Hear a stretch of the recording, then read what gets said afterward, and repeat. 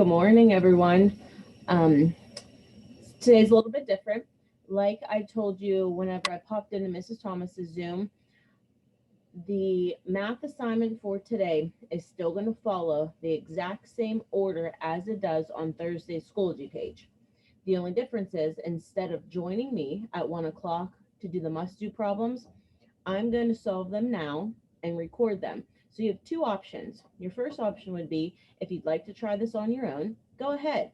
It starts on page 30 and there are problems 1 through 3, number 8, and number 10. But I'd like you to go back and at least fast forward to the problems and check your work and make sure you're on target, because tomorrow you're going to be completing your assessment, which is the lesson 6 exit ticket. And I want to make sure you understand before you submit your answers for the exit ticket. Another option would be to watch the instruction video and then click on my video and complete these problems with me. All right, here we go.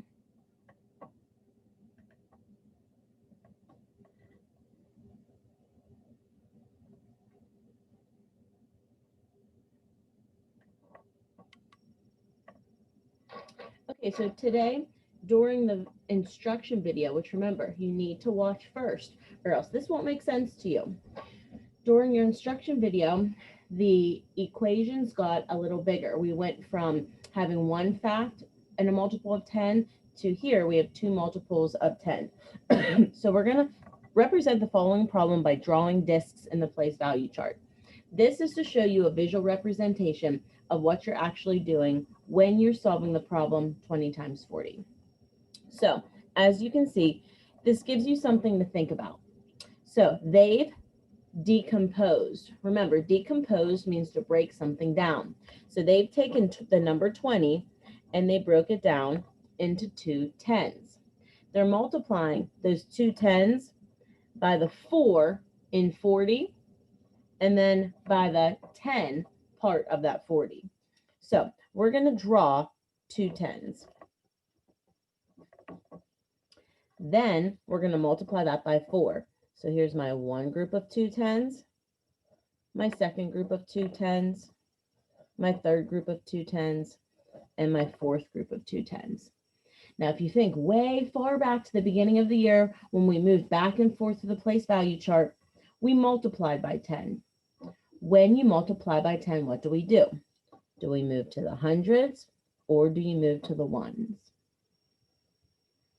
I hope you said we would move to the hundreds. So I'm going to take all of these, and remember, I draw my arrow and I write what I'm doing. I'm multiplying by 10 so that I'm moving one group, two groups, three groups, four groups over. So essentially, these are gone. So when I look at my place value chart, I have 0 ones. These have all been moved. So I have 0 tens. Now let me count my hundreds. 1, 2, 3, 4, 5, 6, 7, 8. So 2 tens times 4 times 10 equals 800. Now this equation just shows you how multiplication has a special property called the commutative property. Just like addition, when we talk about turning things around, no matter which order you solve the problem in, you'll get the same answer. So all we did here was kept the 20 intact and broke up the 40 into 4 times 10. Now, before I write our answer, which we know is going to be 80 also, I just want to show you down here, they eliminated what was in parentheses. Parentheses, remember, that's saying, do this first. Do this first. Those are like little arms waving to you. So then if we would go back to our little shortcut method and we take off our 2 zeros,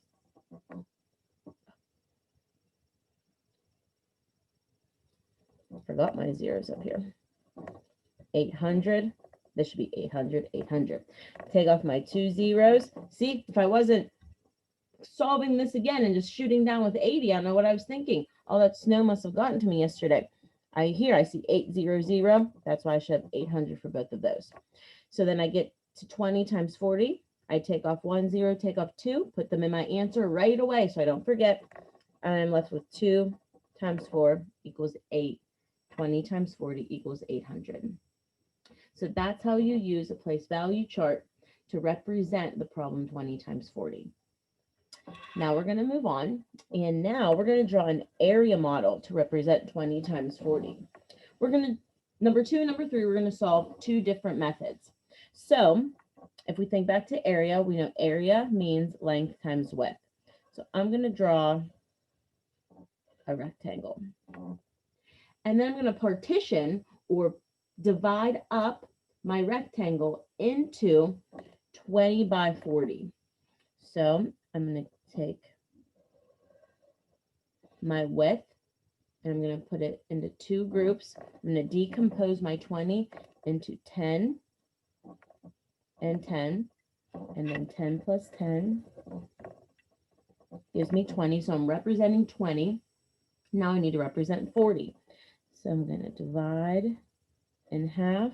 And then again, just to try to make sure they're as equal as possible. And then I have 10, 20, 30, 40. So my whole picture is divided into tens. That represents 40.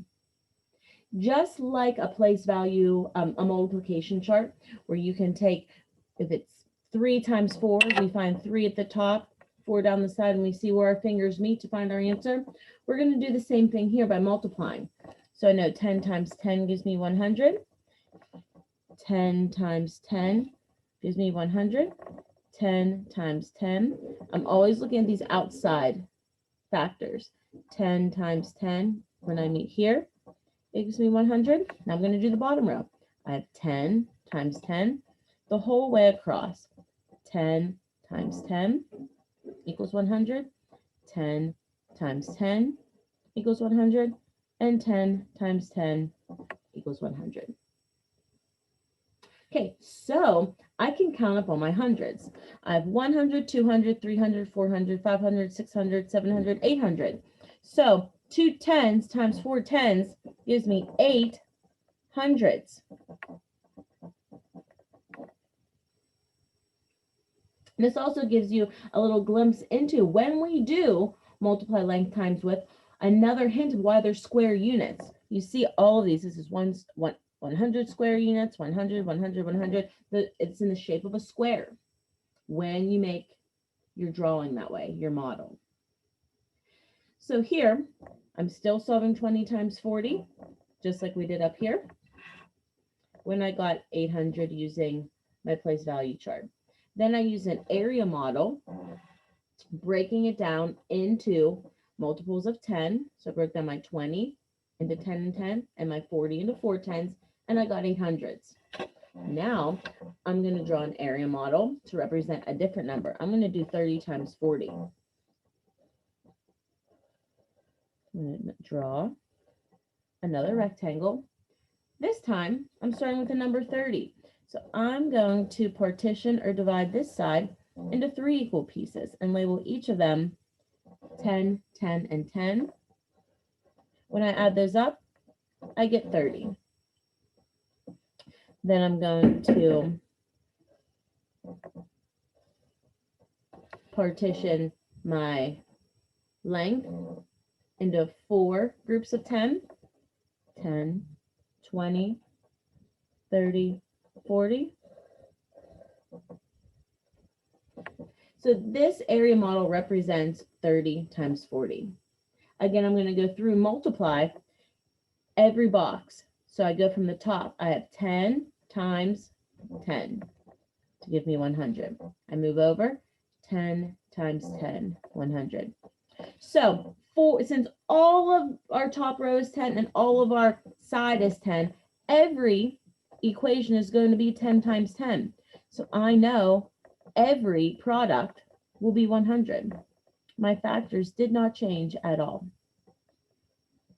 So when I'm in word form, I need to figure out 3 tens times 4 tens is what? So I have 100, 200, 300, 400, 500, 600, 700, 800, 900, 1000, 1100, 1200s.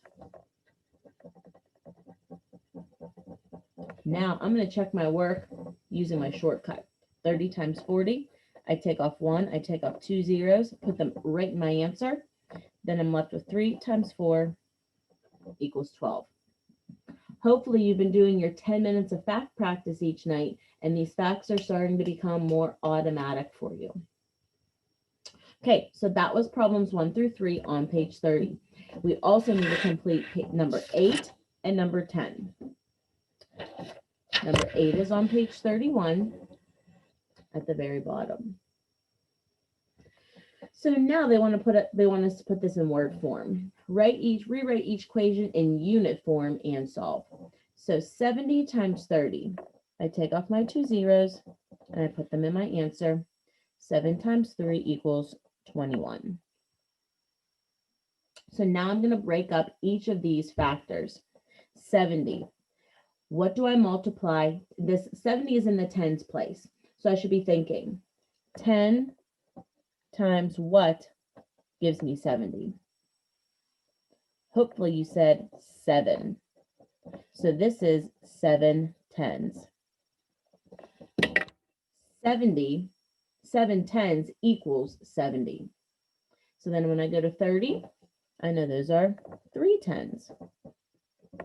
So then my answer is how many hundreds? I look up here, I have 21 hundreds.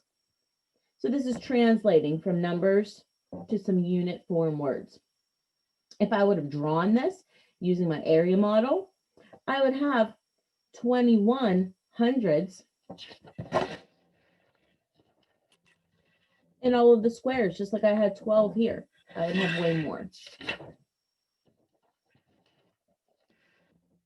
We don't have to draw this one. We're just practicing translating. We want to see if you can take these numbers and figure out what they are using the unit form.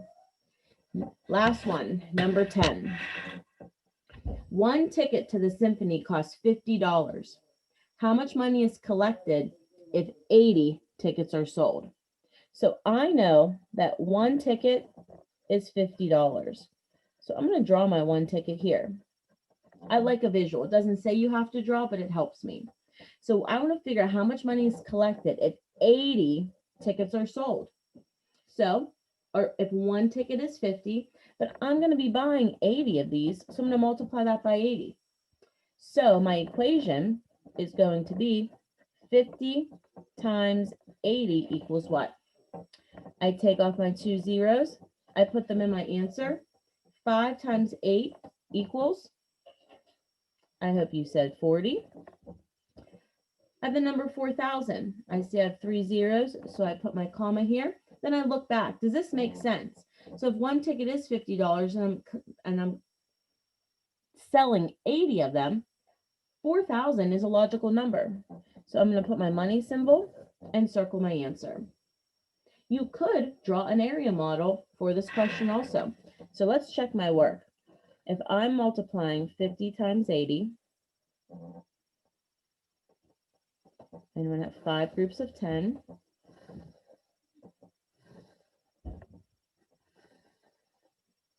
So I have 10, 20, 30, 40, 50. And then I want to divide this into 8 groups. I'm going to try to make them as equal as they can, but they're not going to be perfect. So there's 4, and I'm going to divide those in half to get 8. 10, 20, 30, 40, 50, 60, 70, 80.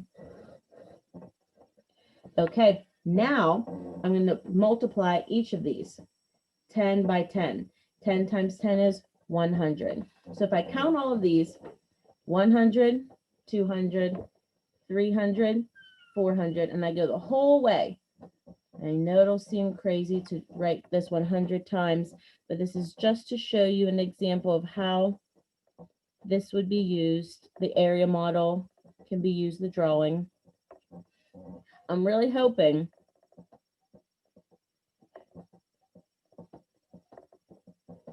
I get 40 hundreds. So I'm writing, I know each of these I'm solving the problem 10 times 10 equals 100. Now let me count them up.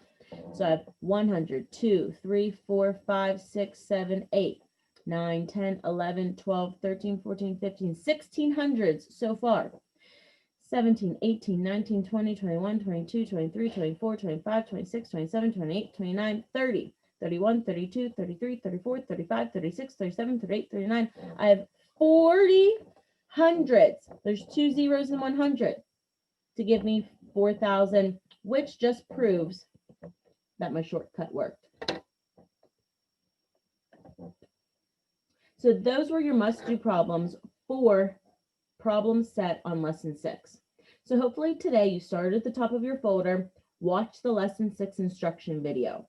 If you didn't watch that, this will be confusing and things will continue to become harder for you. That's the teaching. This is the practice. Now, the only thing left for you to do today is your 10 minutes of back practice. And as Dr. Piper said, turn off your device, get outside, and enjoy the snow. Tomorrow, we're back at it, regular schedule. You're going to have some things to do. And then we're going to, if you come to the Zoom, we'll do the homework together for lesson 6. Then you're going to be responsible for the lesson 6 exit ticket. Remember, don't do the exit ticket before the homework. You don't want to take the test before you've done as much as you can to practice first. All right. Enjoy your day. Bye-bye.